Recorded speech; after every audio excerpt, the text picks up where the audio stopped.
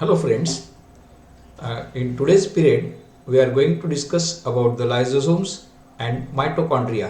So before going in that, what we learned in yesterday's period, that in just a minute we will cover up and we will proceed for the next. In last period, that is in yesterday's period, we have studied about endoplasmic reticulum and Golgi bodies and their functions. Now with respect to the today's lecture, we are going to study about the lysosome. So what is mean by the lysosome that we have to study? So please refer page number 71 of your topic of your textbook, page number 71. In that the diagram is given to you. See here on the screen, you can see very easily this lysosome, which is a single membrane cover having a single membrane, and the structure is like this. Here the membrane is bound.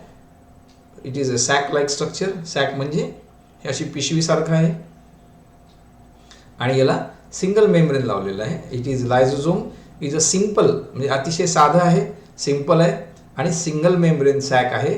आणि ही याच्यामध्ये digestive enzyme भरलेले आहेत. Digestive enzymes means here काल आपण बघितलं की enzyme म्हणजे विकर. या विकराच्या साह्याने इथे आपल्याला बॉडीमध्ये वेगवेगळे जे काही फंक्शन्स घडतात त्याचं सहाय्य करण्यासाठी विकर असतात. त्याला आपण इंग्रजीमध्ये एन्झाईम्स म्हणतो. So these enzymes here the digestive enzymes are present inside this one and hence it is called as enzyme complex. Now what actual the structure is that we have to see. Look here, lysosome are simple single membrane bound sacs. sacs म्हणजे मी तुम्हाला आता सांगितलं की it is just like a bag.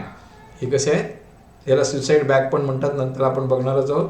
सॅकचा अर्थ असतो bag. तर ही जी bag आहे, ह्या बॅगला कव्हर कशाचं केलेलं आहे, सिंगल मेम्ब्रेन आहे. सिंगल तुम्हाला इथं दिसतंय अतिशय पातळ असा पापुद्रा याच्यावर आहे.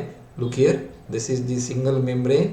हा जो ट्रान्सपरंट पोर्शन दिसतोय, it is a single membrane. Look this one in the textbook, it is also very clear.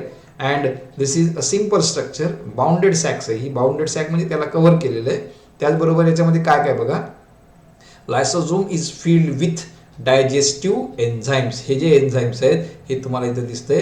हे जे एन्झाईम्स आहेत हे कसे आहेत, digestive enzymes. These enzymes are digestive enzymes. Digestive म्हणजे हे पचण्यासाठी मदत करणारे एन्झाईम्स आहेत. पचण्यासाठी मदत करणारे विकर आहेत, त्यांना आपण डायजेस्टिव्ह एन्झाईम्स असं म्हणतो. So these are the digestive enzymes.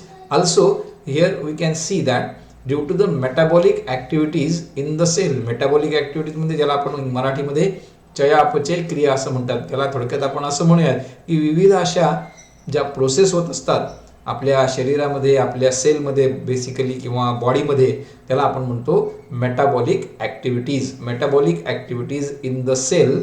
In that the organic waste are generated. ज्यावेळेस आपल्याला एखादी सेलमध्ये क्रिया घडते, रासायनिक प्रोसेस घडते किंवा केमिकल प्रोसेस जेव्हा घडत असते, तेव्हा त्या ठिकाणी ऑर्गॅनिक वेस्ट जनरेट होत असतं.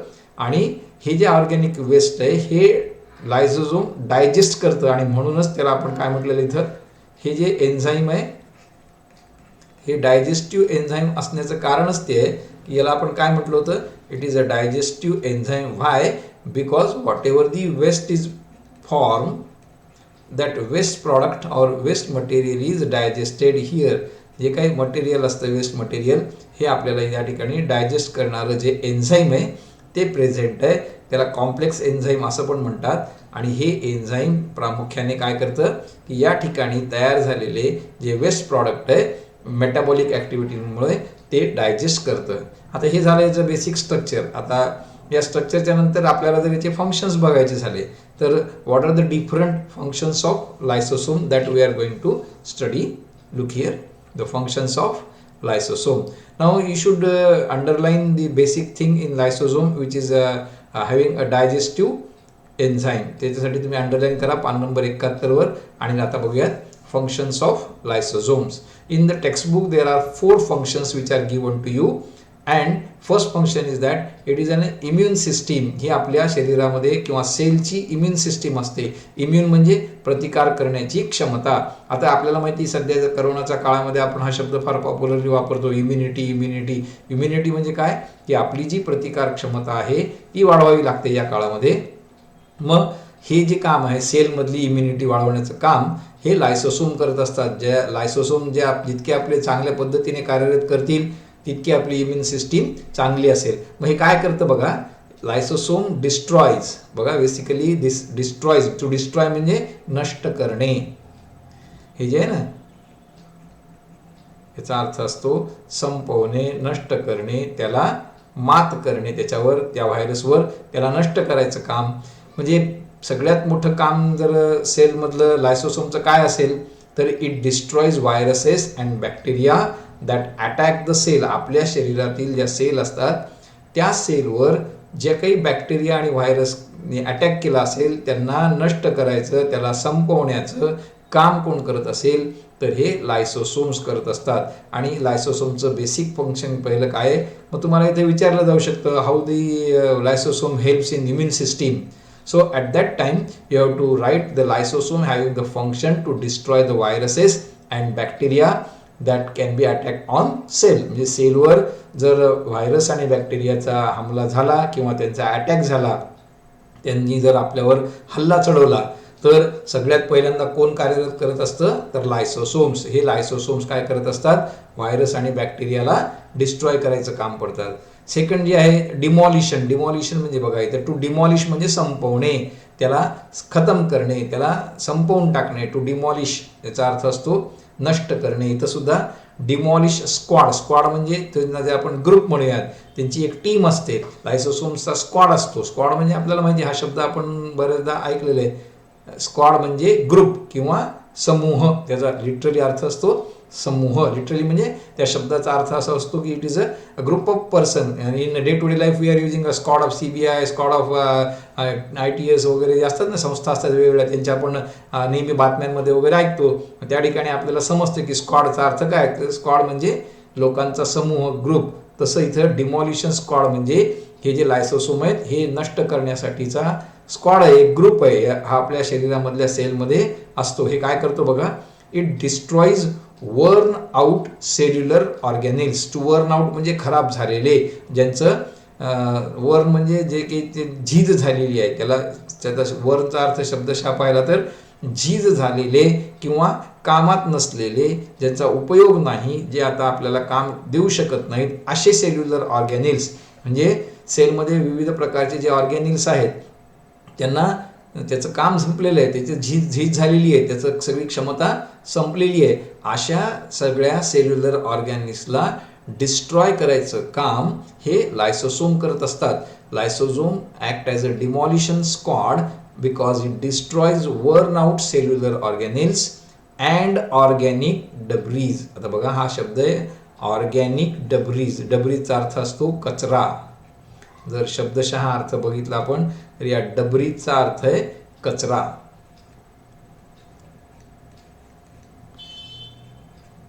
डस्टबिन आपण शब्द वापरतो ना, तसा हा डब्रीज. डब्रीज म्हणजे कचरा. आणि हा ऑर्गॅनिक डब्रीज म्हणजे इथं आपण म्हणूयात की रासायनिक ज्या मेटाबॉलिक ॲक्टिव्हिटीज होत असतात त्याच्यामध्ये रासायनिक पदार्थ तयार होत असतात, असे जे रासायनिक पदार्थ आहेत, तो जो कचरा आहे रासायनिक पदार्थांचा कचरा, त्याला म्हणायचं debris, organic debris. So that can be destroyed with the help of lysosome and that process is called as autolysis. Autolysis म्हणजे ही स्वतःहून घडणारी क्रिया आहे आपल्यामध्ये. म्हणजे असं वेगळं काही कार्य करण्याची गरज नाही बाहेरून की याला आता आपल्याला चला आता आपल्याला सगळं डिस्ट्रॉय करायचं आणि ॲटोलिसिसच्या ऐवजी आपण आता त्याला मेकॅनिकली करूयात, मॅन्युअली नाही. ॲटो म्हणजे स्वतःहून. ॲटो म्हणजे स्वतःहून घडणारी क्रिया आहे, ॲटोमॅटिक आपल्या शरीरामध्ये घडत असते. कशाच्या साह्याने? सो लायसोसोमच्या साह्याने. So this is the two important functions of lysosome. First is immune system and another is demolition squad. तर जे काही 4 फंक्शन्स तुम्हाला दिलेले आहेत 71 पान नंबरवर, त्याच्यामध्ये हे सगळ्यात महत्त्वाचे 2 आहेत. या दोन्ही पॉईंटवर तुम्हाला परीक्षेमध्ये प्रश्न विचारला जाऊ शकतो. What is how the immune system of cell works and how the demolition squad act. So at that time you have to write the lysosomes act as a immunity system or demolition squad, because both these systems are related to the distortion of viruses, bacteria or worn out cellular organelles or organic compounds और डब्रीज असं आपल्याला सांगता येईल. बघा पुढचं function काय ते बघूयात. पुढच्या फंक्शनमध्ये मी तुम्हाला मगाशी सांगितलं होतं की lysosomes are called as suicide bags.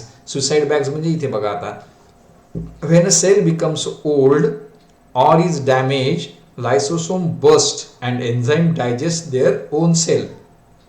हे जे लायसोसोम्स असतात हे फुटतं, टू बस्ट म्हणजे फुटणे, आणि त्याच्यातले जे एन्झाईम्स असतात ते काय करतात, त्या ठिकाणी जे काही खराब झालेलं पार्ट आहे, ओल्ड झालेल्या ज्या खराब झालेल्या सेल आहेत किंवा डॅमेज झालेल्या सेल आहेत, ओल्ड ऑर डॅमेज, डॅमेज म्हणजे त्याच्यामध्ये काहीतरी आघात झालेला आहे, त्याच्यावर काम करण्याची क्षमता संपलेली आहे, आणि ज्या जुन्या झालेल्या आहेत या सगळ्या पेशी या लायसोसोममध्ये येतात आणि तिथे कोण असतं, that is enzyme is present, that is called as digestive enzyme. आपण मगाशी बघितलं की lysosome consist of digestive enzyme, आणि मग हे काय करतं, हे एन्झाईमच्या साह्याने lysosome they can digest these old cells or damage cells, and this is that's why these lysosomes are called as suicide bag. त्याच्यामुळे या लायसोसोमला काय म्हटलं जातं, सुसाईड बॅग असं म्हटलं जातं. आता याच्यासोबतच अजून एक महत्त्वाचं फंक्शन आहे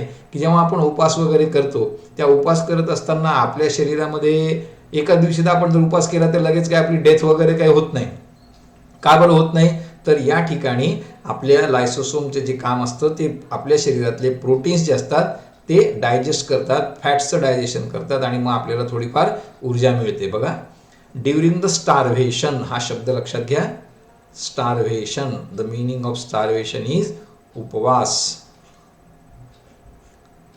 उपाशी असणे, पोटात काही नसणे, म्हणजे वरून आपण कुठलाही आहार घेतला नाही तर आपल्याला असं म्हणता येईल की ते आपण स्टार्व्हेशन आहे. ड्युरिंग स्टार्व्हेशन म्हणजे उपवासाच्या काळात लायसोसोम काय करतात, lysosome digest the stored proteins and fats.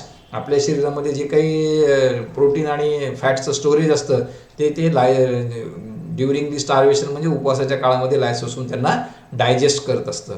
तर हे 4 फंक्शन्स आपल्याला लायसोसोमचे बघायला मिळतील. बघा, in short I will repeat this functions of lysosome.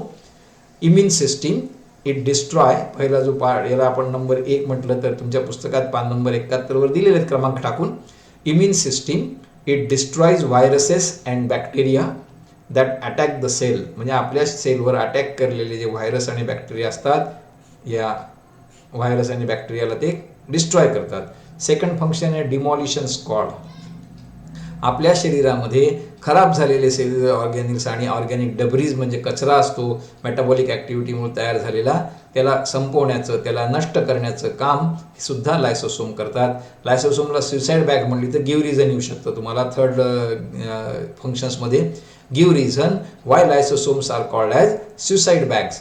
तर when a cell becomes old or damage, lysosome burst the enzymes and digest their own cells, that's why they are called as suicide bags. And during the starvation, हे जे चौथं function आहे ते सुद्धा आपल्याला बघता येईल. During the starvation lysosome digest store proteins and fats. तर अशा प्रकारचे हे 4 फंक्शन्स तुम्हाला विविध प्रकारचे प्रश्न याच्यावर आपण गृहीत धरू शकतो. इम्युन सिस्टीम म्हणजे काय, डिमॉलिशन स्क्वॉड काय, किंवा why the lysosomes are called as suicide bags, किंवा simply what are the different functions of lysosome, अशाही पद्धतीचे तुम्हाला प्रश्न विचारले जाऊ शकतात. Now turn over the page, page number 72, where you can see the mitochondria. आपल्याला आता मायटोकॉन्ड्रिया म्हणजे काय ते बघायचं आहे. तर मायटोकॉन्ड्रिया याचा आहे बघा, mitochondria. So what is mean by the mitochondria and how it will work, what is the structure of mitochondria, that we are going to study. On page number 72 you can see that mitochondria. Mitochondria म्हणजे काय ते बघा. आता त्याचं structure तुम्हाला दिलेलं आहे. हे इनर आणि आउटर मेम्ब्रेन जे आहे त्याच्यामध्ये क्रिस्टिया, मॅट्रिक्स हे सगळं तुम्हाला दाखवलेलं आहे. ही जी आकृती आहे याच्यामध्ये जर तुम्ही बघितलं तर तुम्हाला एक एक गोष्ट लक्षात येईल, आणि त्याचं स्ट्रक्चर तुमच्या पुस्तकात याच्या बाजूलाच, या आकृतीच्या बाजूलाच पेज नंबर 72 वर दिलेलं आहे. बघा, will see first one by one. Mitochondria is a double membrane. बघा, हे जे स्ट्रक्चर आहे हे डबल मेम्ब्रेन आहे. हे आतमधलं जे इनर मेम्ब्रेन, दिस वन व्हाईटिश, दिस वन इनर मेम्ब्रेन, आणि हे केशरी जे आहे हे आउटर मेम्ब्रेन आहे. So this inner membrane and outer membrane, the outer membrane is पोरस. आता बघा या ठिकाणी जे आउटर मेम्ब्रेन आहे हे I am showing with dots, red dots, this is outer membrane. हे आउटर मेम्ब्रेन जे आहे हे जे आहे हे पोरस आहे. पोरस आहे म्हणजे या ठिकाणी तुम्हाला असं लक्षात येईल की हे सछिद्र आहे. या ठिकाणी दिस आउटर मेम्ब्रेन इज पोरस one. And in case of the inner membrane, look here, inner membrane जे आहे ते डीपली फोल्डेड आहे. या ठिकाणी जर तुम्ही बघितलं की प्रत्येक इनर मेम्ब्रेन हे आतमधल्या आतमध्ये फोल्ड केलेलं आहे. दिस इज फोल्डेड, असं याला फोल्ड केलेलं आहे. This is deeply folded and these folds are called as crista. हे जे आहेत ना बघा, हे फोल्ड तुम्हाला दाखवले या ठिकाणी, हे जे फोल्ड आहेत these are called as cristae. Cristae म्हणजे त्या ठिकाणी ते असे थोडेसे बाहेर आल्यासारखे दिसतात म्हणून त्यांना क्रिस्टिया म्हटलेलं आहे. Now the inner cavity is filled with the proteinaceous gel. हे जे ना हे दाखवले निळ्या रंगाचं बघा, ही इनर कॅव्हिटी आहे. Inner cavity is filled with the proteinaceous gel like matrix. Matrix म्हणजे एकानंतर एक असे खचके आहेत, ज्याला आपण खाचा असं म्हणतो. ते खाचा कशा भरलेल्या आहेत, सगळ्या प्रोटीनियस जेलने भरलेल्या आहेत. So this filled with proteinaceous gel and this containing ribosomes, phosphate granules and DNA. हे कशाने भरलेलं आहे, तर याच्यामध्ये रायबोझोम्स आहेत, फॉस्फेट्स आहेत, ग्रॅन्युअल्स आहेत आणि DNA पण आहेत. आता अशा पद्धतीने हे मायटोकॉन्ड्रियाचं स्ट्रक्चर आहे. तुम्हाला अजून पुढच्या पॉईंटमध्ये बघा, here therefore they can produce its own protein. मग मायटोकॉन्ड्रिया काय करत असतात, आपले ओन प्रोटीन प्रोड्यूस करू शकत असतात. इथे तुमच्या लक्षात येईल. Why they can produce own proteins, because they are consisting of phosphates, then proteinaceous gel. Also we have seen just right now before this point की याच्यामध्ये DNA ग्रॅन्युल्स पण असतात, सगळं असतं, आणि म्हणून हे काय करू शकतात, आपले प्रोटीन्स तयार करू शकतात. Now with the help of enzymes mitochondria oxidise carbohydrates and fats. जे आपल्या शरीरामध्ये, आपल्या सेलमध्ये कार्बोहायड्रेट्स असतात आणि फॅट्स असतात, त्यांचं ऑक्सिडाइज म्हणजे ऑक्सिडेशन करतात, आणि त्यामुळं इथे आपल्याला एनर्जी रिलीज झालेली दिसते.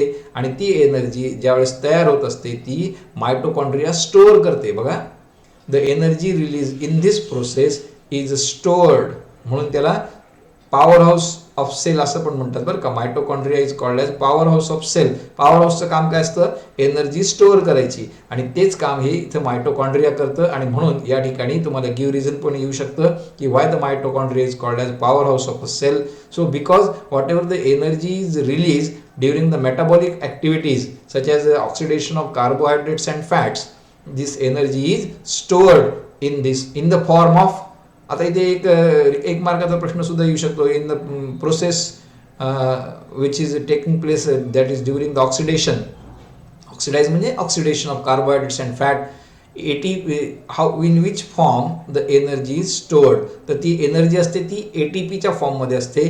ATPचा फुल फॉर्म सुद्धा तुम्हाला माहीत पाहिजे, adenosine tri phosphate. T stands for tri, A stands for adenosine आणि P stands for फॉस्फेट. आणि हे तुम्हाला प्रश्न विचारला जाऊ शकतो, in which form the energy is stored in mitochondria. So in mitochondria you observe that the energy is stored in the form of ATP. तुम्हाला जी काही एनर्जी आहे ती मायटोकॉन्ड्रियामध्ये ATPची जी असते, सॉरी एनर्जी, ते ॲडिनोसाइन ट्रायफॉस्फेटच्या फॉर्ममध्ये असते. आणि आता इथे तुम्हाला अजून एक लक्षात येईल गोष्ट, जी आपण प्लांट सेल आणि ॲनिमल सेलच्या डिस्टिंग्विशिंगमध्ये सुद्धा लिहू शकतो. Plant cell have less mitochondria. बघा, plant cells have less mitochondria than animal cell. म्हणजे आपल्या प्लांट सेल ज्या आहेत त्याच्यामध्ये मायटोकॉन्ड्रियाचं प्रमाण हे अत्यल्प आहे, कमी आहे, लेस आहे. आणि ॲनिमल सेलचं जे प्रमाण आहे ते खूप जास्त आहे. सॉरी, ॲनिमल सेलमध्ये मायटोकॉन्ड्रिया हे जास्त असतात आणि प्लांट सेलमध्ये ते कमी असतात. अशा पद्धतीने आपण मायटोकॉन्ड्रियाला बघू शकतो की mitochondria are less in plant cell, whereas in animal cells they are in more. Now if we see about the functions of mitochondria, so it is very clear that the mitochondria supplies us the energy. So we can say to produce energy rich compound called as ATP. पान number 72 वर तुम्हाला दिलेलं आहे की तुमची जी काही ऊर्जा लागणार आहे शरीराला, ती लागणारी ऊर्जा आपल्याला कोणत्या स्वरूपामध्ये मिळणार आहे, ॲडिनोसाइन ट्रायफॉस्फेट त्याला म्हणायचं, in the form of ATP. हे सप्लाय करण्याचं काम कोण करतं, तर मायटोकॉन्ड्रिया करत असतं. त्याचं काम आहे to produce the energy in ATP form. Second function बघा, synthesis of proteins, carbohydrates, lipids etcetera using the energy in the form of ATP. आपल्या शरीरामध्ये विविध प्रकारचे जे प्रथिने लागतात, कर्बोदके लागतात, पदार्थ लागतात, ज्याला आपण लिपिड्स असं म्हणतो, शरीरातील असलेले विविध द्रव पदार्थ, हे सगळं प्रोड्यूस करण्याचं काम, सिंथेसाइज म्हणजे तयार करण्याचं काम, टू सिंथेसाइज म्हणजे तयार करणे, एकत्रीकरण करणे, त्याला म्हणायचं synthesize. So synthesis of proteins, carbohydrates, lipids etcetera by using the energy in ATP. So these are the functions of mitochondria. मग आता तुम्हाला मायटोकॉन्ड्रियावर प्रश्न कसे विचारले जातील ते बघा. तर आपण पहिल्या मुद्द्यापासून थोडंसं पुन्हा एकदा बघूयात की प्रश्न आपल्या नेहमी इंटेन्शन काय असतं किंवा परीक्षेमध्ये प्रश्न कसे विचारले जातील सर. तर तुम्ही बघा प्रश्न कसे विचारले जातील ते पुन्हा मी एका मिनिटात सांगतो तुम्हाला. So first of all in mitochondria you have to draw the diagram for 2 marks. You have to write the structure. What is the structure of mitochondria? How is the mitochondria having its structure? 2 मार्काची figure येऊ शकते किंवा structure झाल्यानंतर तुम्हाला 2 मार्काचं लिखाण करायला लागेल की तुम्हाला काय काय आहे. तर आपल्याला माहिती की इनर मेम्ब्रेन आणि आउटर मेम्ब्रेन हे 2 पार्ट आहेत. हे डबल मेम्ब्रेन आहे बरं का, लक्षात घ्या. याच्या आधी आपण बघितलं होतं की लायसोसोम हे सिंगल मेम्ब्रेन होतं. मायटोकॉन्ड्रिया हे डबल मेम्ब्रेन पार्ट आहे. डबल मेम्ब्रेनमध्ये इनर आणि आउटर आहे. तर आउटरमध्ये तुम्ही बघितलं की आउटर मेम्ब्रेन हे पोरस आहे आणि इनर मेम्ब्रेन जे आहे ते डीपली फोल्डेड आहे. Look here, I am going to make underline. Outer portion हा पोरस आहे, इनर पोर्शन हा डीपली फोल्डेड आहे आणि त्याला काय म्हटलेलं आहे, क्रिस्टिया म्हटलेलं आहे. आता याच्या आतमध्ये काय काय आहे, तर फॉस्फेटचे ग्रॅन्युअल्स आहेत, रायबोझोम्स आहेत आणि DNA आहेत. आता इथे तुम्ही बघा प्रोटीनियस जेल. प्रोटीनियस जेल म्हणजे ज्याच्यामध्ये प्रोटीनचे अंश आहे, असं सगळं जेल म्हणजे पातळ, असा खूप पातळ पण नाही आणि खूप घट्ट पण नाही, असा जेली लाईक स्ट्रक्चर असलेला पदार्थ या ठिकाणी भरलेला आहे. आणि याच्यामुळे इथं काय झालेलं आहे की हे सगळे DNA वगैरे आहेत, याच्यामध्ये कार्बोहायड्रेट्स आहेत सगळं. आता पुढच्या पॉईंटमध्ये तुम्ही बघितलं की ह्याला स्ट्रक्चरमध्ये लिहिताना तुम्हाला हा पण लिहावं लागेल की हे स्वतःचं आपलं प्रोटीन तयार करतं.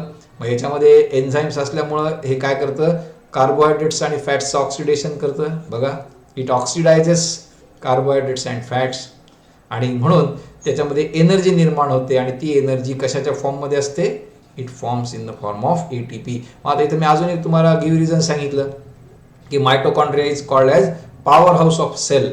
Y? Because it produces the energy and which is in the form of ATP. That ATP is nothing but adenosine triphosphate. हे सुद्धा तुम्हाला 1 मार्कासाठी विचारलं जाऊ शकतं. आणि फंक्शन्स 2 मार्कासाठी. What are the functions of mitochondria? So functions of mitochondria are nothing but one is to produce the energy rich compound that is ATP आणि त्याच्यानंतर synthesize of proteins. Synthesis of proteins म्हणजे protein तयार करणे, प्रोटीनचं एकत्रीकरण करणे, carbohydrate तयार करणे, lipids तयार करणे, कशाच्या साह्याने, by using ATP. So these are the 2 functions of mitochondria and the 4 functions of lysosome. तर आज आपण जे लायसोसोम आणि मायटोकॉन्ड्रिया यांच्याबद्दलची माहिती घेतली. अजून एक पॉईंट आपण मायटोकॉन्ड्रियाबद्दल सांगू शकतो की mitochondria are absent in RBCs. बघा मी ते पॉईंट सांगतो तुम्हाला. These are absent, these are absent in the textbook. It is given on page number 72. Reddish bracket दिलेला आहे, लालसर रंगाची चौकट दिलेली आहे, त्याच्यात तुम्हाला दिलेलं आहे की these are absent in RBCs. आता RBCs काय हे तुम्हाला मला वाटतं 7वी पर्यंत झाला असेल, नसेल तरी मी सांगतो की रेड ब्लड कार्पस्कल्स हा जो प्रकार असतो त्याला आपण RBCs असं म्हणतो. आणि due to this oxygen which is carried out by them is not used for themselves. आणि म्हणून त्यांच्यामध्ये ज्या RBCs मध्ये आपण जे काही मायटोकॉन्ड्रिया ॲब्सेंट असल्यामुळे इथे जो ऑक्सिजन कॅरी केला जातो तो या ठिकाणी यूज केला जात नाही. Due to this the oxygen असं दिलेलं आहे बघा, due to this oxygen which is carried by them म्हणजे मायटोकॉन्ड्रियाने जो ऑक्सिजन कॅरी केलेला आहे तो ते स्वतःचा वापरू शकत नाहीत. कारण आपल्याला माहिती आहे की ऑक्सिजन जरी आपल्या ब्लड कार्पस्कल्समधून वाहत असला तरी त्या ठिकाणी मायटोकॉन्ड्रिया नाही आहेत, म्हणून त्या ठिकाणी ऑक्सिडेशन होणार नाही आणि तो आपल्याला वापरता येणार नाही. So this is the point which you have to remember. आता त्याच्यात तुम्हाला तो पॉईंट दिलेला आहे डू यू नो दॅटमध्ये बरं का. पेज नंबर 72वर आकृतीच्या खाली लाल रंगामध्ये चौकट दिलेली आहे, त्याच्यात लिहिलेलं आहे mitochondria are absent in RBCs and that's why the oxygen which is carried by them is not useful or it is not used by themselves. त्यांच्यासाठी तो कामाला येत नाही. अशा पद्धतीने तुम्हाला हे दोन्ही मुद्दे लक्षात येतील. तर असं तुमचं हे दोन्ही पार्ट आहेत. जर काही अडचणी असतील तर मला वैयक्तिक व्हॉट्सअप ग्रुपवर विचारू शकता, व्हॉट्सअपवर टाकून तुमची जी काही अडचण असेल ती मला विचारू शकता. पुढच्या तासामध्ये आपण व्हॅक्यूल आणि क्लोरोप्लास्ट हे दोन आपले पॉईंट राहिलेले आहेत त्याबद्दल आपण चर्चा करूयात. तोपर्यंत गुड बाय.